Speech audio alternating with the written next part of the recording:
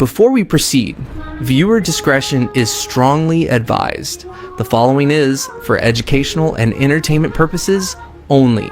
This is the federal courtroom testimony of the Sean Diddy Combs trial as reported by the press. The courtroom was tense when the doors opened on day 7, but no one expected what happened next. Oprah Winfrey, a woman who had spent decades steering clear of controversy, walked calmly into the courtroom and took the stand. In a moment that cut through the media storm surrounding Sean Diddy Combs, she locked eyes with the jury and spoke words no one saw coming. He is innocent. The media had painted Diddy as a monster. Oprah brought a different truth, one forged by experience, sharpened by intuition, and anchored in private conversations that had never before seen daylight. Now they were laid bare. The gallery held its breath. As the world listened, a single truth crystallized. This trial was never just about one man's guilt. It was about who the world decided to believe. No one had seen her name on the witness list. No press leaks. No speculation. And yet, just before the court reconvened on day 7, a low murmur spread across the gallery. Security was repositioned. A side door was open, and there she was. Before we continue, I just want to say, real stories like this take time to research, verify, and tell responsibly. If you're finding value in what you're hearing, do me a quick favor. Hit that like button, share this with someone who needs to hear it, and subscribe to the channel so we can keep uncovering the truth together. Your support truly makes a difference. Oprah Winfrey, the most recognizable woman in television history, stepped into the courtroom without saying a word. Dressed in a gray tailored suit, glasses perched low on her nose, she moved with the same calm authority that had once ruled every living room in America. But this wasn't a studio. This was federal court, and she wasn't conducting an interview. She was testifying. The reaction was instant. Reporters began typing furiously. Phones buzzed under the table. Even the sketch artists started fresh pages. Diddy's legal team stood from their bench, not out of obligation, but out of disbelief. Diddy himself looked up, mouth slightly open, and appeared stunned.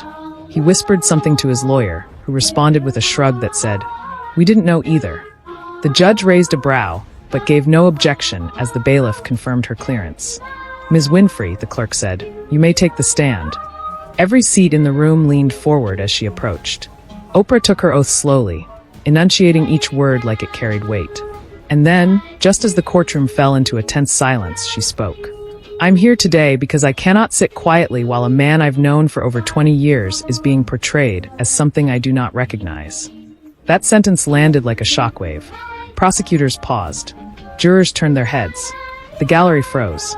She continued, "I did not come here under subpoena. I did not come here to salvage a friendship. I came here because I believe what is happening is a case of misinterpretation. A tragic public unraveling built on half-truths, whispers, and momentum." From that moment on, it was clear. Oprah wasn't there to give context. She was there to challenge the foundation of the entire prosecution. And no one was prepared for how bold she was about to be. As she settled into the witness chair, Oprah's voice was steady but firm, the kind of voice that had once soothed millions, now slicing through a courtroom gripped with anticipation. She began by acknowledging the seriousness of the charges against Sean Diddy Combs, stating that she would never belittle the pain of any alleged victim. But her tone quickly shifted from compassion to resolve. "That said," she continued, "I have known Mr. Combs in both public and private life, and the Sean I know is not the man described in these testimonies." The prosecution bristled. One of the lead attorneys leaned in to whisper something, but the judge allowed Oprah to continue uninterrupted. She detailed how she first met Diddy at a charity fundraiser in 1999. He was younger, flashier, yes, but even then, his heart for community work stood out. She mentioned visits to schools in Chicago, late-night phone calls about youth mentorship programs, and financial support he gave anonymously to struggling artists.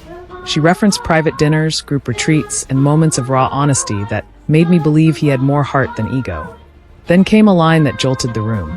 "If you believe every word being said about him right now, then you must believe I've been blind for 20 years. And I assure you, I have not." She acknowledged the allegations made by Cassie Ventura, saying, "I watched her grow up in this industry. I believe she's endured hardship, but I do not believe Sean Combs is guilty of the crimes she's laid at his feet." Oprah made it personal. "I have hosted survivors. I've walked beside them. I know their stories, and I also know when stories don't align with the man I've seen up close. What I'm asking this court is not to ignore pain, but to separate it from presumption. She ended her opening with a statement that sent social media into a frenzy within seconds. We are building a monster in real time. And I'm here to say, be very careful. Because once we turn a man into a monster, it becomes very hard to ever see him as human again. After her opening remarks, the courtroom expected generalities, broad character defense, reputational softening. But Oprah did the unexpected. She went for specifics. With a binder of notes before her, she turned page after page, calmly challenging the prosecution's timeline, tone, and core narrative. She began with the 2010 Las Vegas incident that had resurfaced in multiple testimonies. I was there, she said, not at the club, but at the suite later that evening. And I can tell you with certainty, the people describing those events are leaving out context, important context. She described a scene of celebratory chaos. Yes, but not coercion or criminality. There were contracts being signed, people drinking, but no one was forced. No one was drugged. And there were at least 2 people in that room that I spoke to the next day, both of whom remember things very differently than what's been said here. She then moved to Cassie Ventura's claims, which Oprah handled with delicate phrasing. Cassie is brave for speaking, but bravery does not mean infallibility.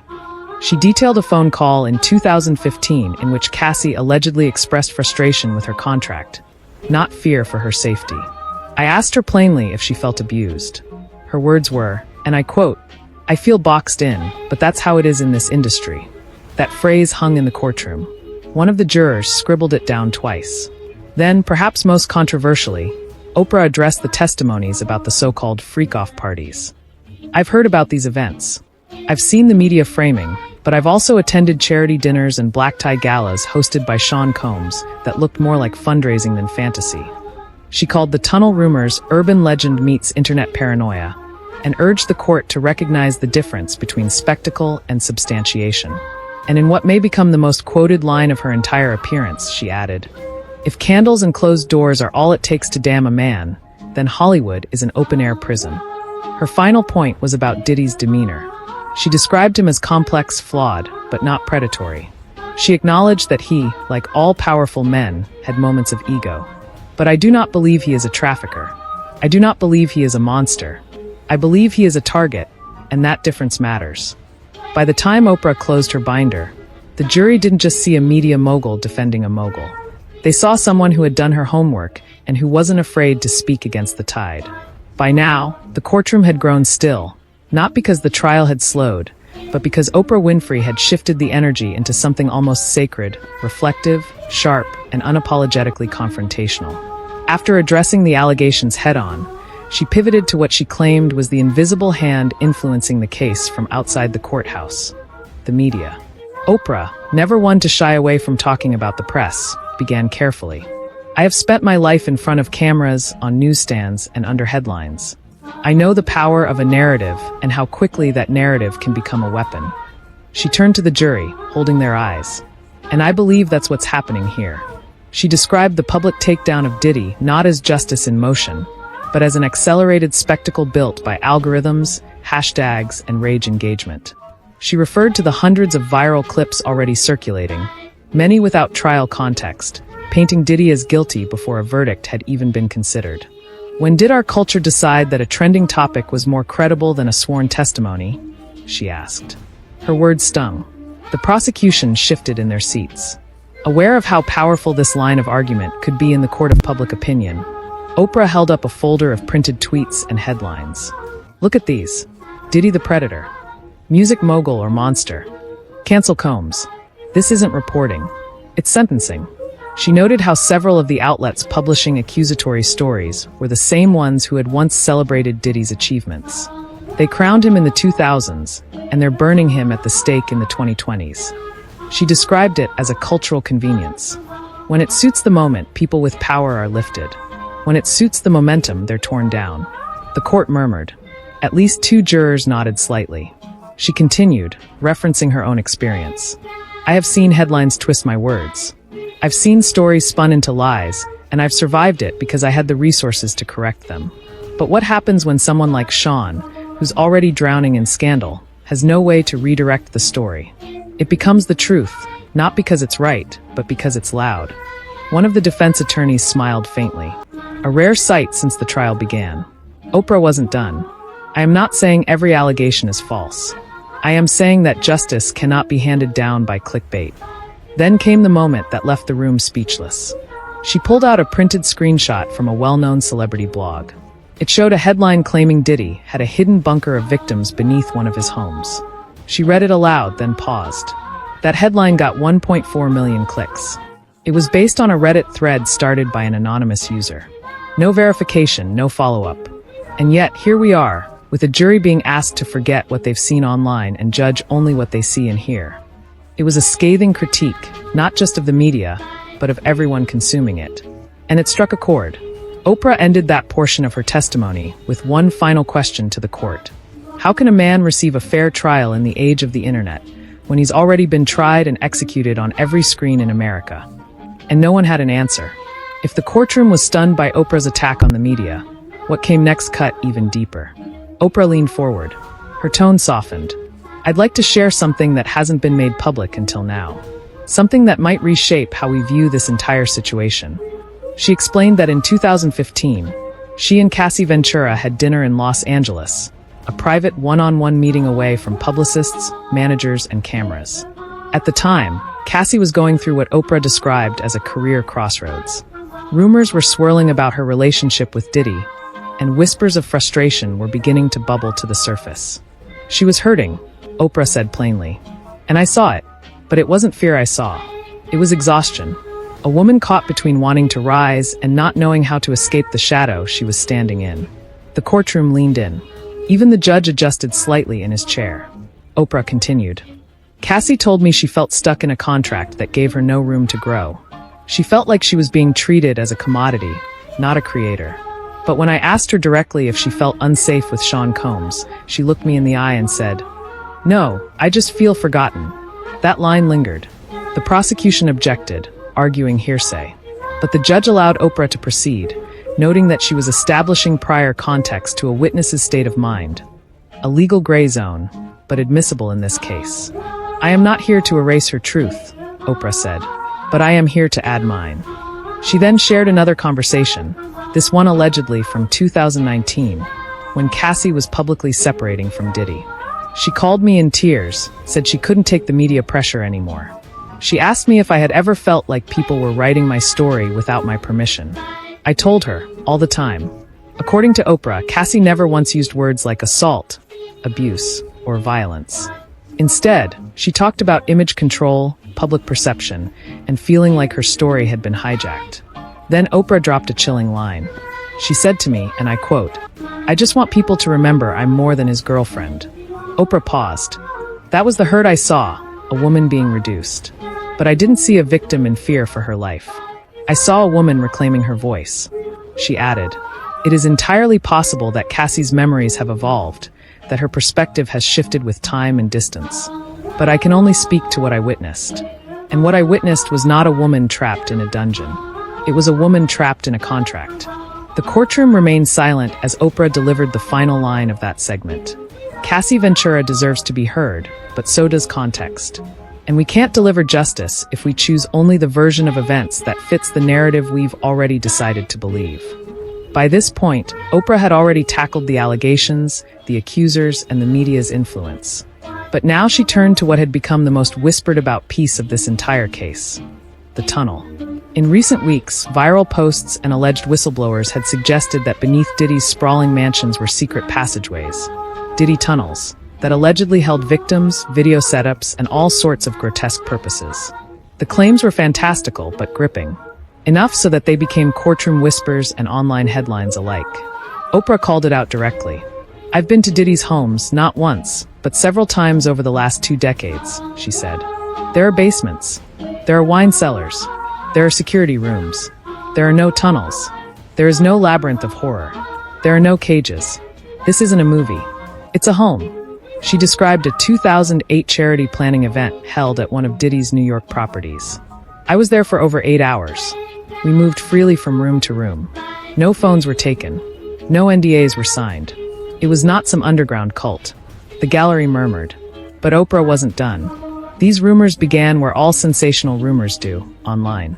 I've traced the origin of one of the earliest tunnel claims to a post from a self-described former intern who never verified their identity. And yet, within days, that story had 1 million views and was being treated like fact. She referenced past urban legends, secret bunkers, cloning labs, devil worship. The internet has made us hungry for the outrageous. And now we're so full of these conspiracy calories, we can't tell fact from fantasy. She also warned the court of the danger these kinds of stories pose to real justice. There may be real survivors out there, victims of real abuse, who need their stories taken seriously. But every time we entertain fairy tales, we dull the edge of truth. We make the courtroom a stage. And that's not what this is supposed to be. The judge allowed her to continue uninterrupted, signaling that her points were within scope. Oprah ended her dismissal of the Diddy tunnels theory with a single statement. I do not believe Sean Combs is a saint. I do not believe he is above reproach. But I do not believe he is a monster hiding people beneath his floorboards. And shame on anyone who sells that fiction to make a fortune from someone else's downfall. By the time Oprah addressed the elephant in the room, Monique's explosive testimony from the previous day, the courtroom was already primed for confrontation. Monique had ignited headlines by accusing Diddy, Tyler Perry, and even Oprah herself of participating in a machine of silence. Now, Oprah was reclaiming that narrative, but she didn't raise her voice. She didn't attack. She dismantled strategically, methodically, and with unnerving calm. I watched Ms. Jackson's testimony, Oprah said, using Monique's legal name, and I have no doubt she spoke her truth. But truth is not monolithic. One person's truth is not the entire picture. There was no need to explain who Monique was. The courtroom had already heard her fierce words about being blackballed, ignored, and silenced by those she once called friends. Oprah acknowledged it all. Yes, there was tension. Yes, there were misunderstandings. But this trial is not about old wounds. It's about criminal allegations. And conflating personal grievances with federal crimes is not justice. It's confusion. She paused, then delivered a line that caught the courtroom's breath. Pain is real, but pain can also distort. Oprah pushed back on Monique's suggestion that her silence had protected predators. I have never protected abuse. I have never shielded criminals. And I find it dangerous to suggest that disagreement equals complicity. She even referenced the 2010 interview Monique had criticized. The one where Oprah aired comments from her estranged brother, a man who had admitted to abusing her. Oprah didn't deny it. That was a decision I regret, she admitted. Not because it was wrong, but because it caused her pain. I called her after. I apologized. But again, that personal conflict is not a reflection of this case. The defense leaned forward, sensing the room was tilting again in their favor. But Oprah wasn't there to bury Monique. Monique's voice matters. Her pain matters. But we cannot allow her personal vendettas to be turned into prosecutorial narratives. This isn't about Hollywood beef. This is about federal law. Then, to everyone's surprise, Oprah revealed that she had documentation, emails and transcripts from previous conversations that refuted Monique's timeline. She claimed certain conversations happened in 2008. I have proof they occurred in 2012, and under very different circumstances. She offered the documents to the court. The prosecution objected again, calling it an attempt to discredit a witness. But the judge overruled, citing relevance due to Monique's prior testimony implicating Oprah directly. Then came the dagger. I know what this trial feels like, Oprah said. It feels like retribution dressed up as justice. But it's not retribution we need. It's clarity. And when we weaponize trauma to settle scores, we don't honor survivors. We exploit them. The court sat silent, suspended in the weight of her words. And as she concluded her rebuttal, Oprah looked toward the gallery, not with malice, but with sadness. We can't afford to confuse moral anger with legal responsibility. Not here. Not now. Not when so much is at stake. Oprah's voice had remained steady for the duration of her testimony. But now, as she entered the final stretch, something changed.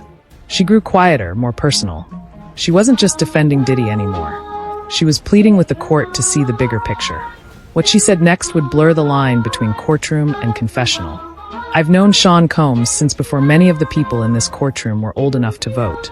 I've seen him at his lowest, and I've seen him try to rise above it. She paused. But what I'm seeing now is not justice. It's a witch hunt. The term hung in the air, heavy and controversial. Some in the gallery frowned. Others nodded. "We are living in a moment where accusation alone is a verdict," Oprah continued. "Where a man's entire life can be reduced to a handful of headlines, anonymous testimonies, and social media commentary." She looked directly at the jury. "Ask yourself, when did you start believing he was guilty? Was it after you heard the evidence? Or was it before, when you saw the news coverage, the memes, the hashtags?" Her voice trembled slightly. "I know what it means to have your motives questioned, to have your name twisted into something ugly, to be told you must be lying or blind or complicit because you won't join the mob." She described a private moment in 2021. Diddy had just canceled a major appearance after a tabloid leaked an unsubstantiated claim. "He called me," Oprah said. "He didn't sound angry. He sounded broken. He said, 'I've made mistakes, but I'm not a monster.' And I believed him because I've seen him when the cameras aren't rolling." Then came a powerful admission. "If you want to prosecute Sean Combs for being arrogant, for being excessive, for being flawed, go ahead. But that's not what's happening here. What's happening here is the attempted destruction of a legacy." The courtroom grew quiet again. Even the judge appeared contemplative. Oprah tapped her hand on the witness stand. "This trial is about more than one man. It's about how we treat black men in power, how we assume guilt before we examine fact, how we erase 30 years of contributions over 30 minutes of rumor." Then she went further. "Do we want justice? Or do we want a sacrifice? Because it feels like this courtroom has already made its decision, and it has nothing to do with evidence." And just like that, Oprah had turned the tables. The woman who had been named as a silent conspirator 24 hours earlier was now framing herself as the last voice of reason in a courtroom gone mad. The defense rested their hands on their notepads, letting Oprah's words do all the work. And as she looked around the courtroom, eyes scanning everyone from the prosecution to the sketch artists, she ended with this: "You can cancel a man. You can cancel a career. But you cannot cancel the truth. And the truth is, Diddy deserves a fair trial, not a public stoning." The atmosphere had grown thick, tense, somewhere between reverence and discomfort. Oprah Winfrey, now several hours into her testimony, finally reached her closing statement. The gallery was packed. Jurors were visibly drained but alert. Diddy sat still, face solemn, hands tightly clasped. Oprah took one last breath and began. "I didn't come here to protect a friend. I came here to protect a principle." She reiterated that she knew her testimony would be controversial. "There are people who will say I've betrayed women, that I've enabled abuse, that I'm choosing loyalty over justice. But I reject that. I reject the notion that we must abandon nuance for narrative." Her voice rose slightly. "I am not defending every decision Sean Combs has ever made, but I am defending his right to not be buried by accusations before a single verdict is read." She looked to the jury, almost like she was addressing them personally. "You are not just deciding a case. You're deciding what kind of society we want to be. One where due process still matters, or one where headlines hand out life sentences." Oprah then turned her attention to the gallery, where cameras were still forbidden, but where sketches and words would still paint their own picture of her. "Let them say what they will. Let them write what they want. I've lived long enough to know that truth will always find its way through the noise." She pulled a folded note from her pocket. It was handwritten, her own words, not her legal team's. She read aloud, "This system doesn't just judge people. It consumes them. It devours their mistakes, magnifies their sins, and forgets their humanity. I'm not here to rewrite the rules. I'm here to remind you that they exist." As she finished, there was no applause, no dramatic outburst, just stillness. The judge thanked her for her testimony. And as Oprah stepped down from the witness stand, Diddy rose to his feet, not to speak, not to celebrate, but to simply nod in acknowledgement. Eyes glassy, face heavy, Oprah exited the courtroom the same way she entered. Silent, composed, and unshakably certain. But what she left behind was anything but quiet. Because in a trial built on allegations, fear, and decades of silence, Oprah had just said everything. This has been an explosive testimony, and there's much more to uncover. If you found this breakdown revealing, smash that like button, share it to spread awareness, and subscribe to stay updated on the latest developments. Your support fuels this channel's mission to bring truth to light. Drop a comment with your thoughts. We read everyone. Stay vigilant, and we'll see you in the next video.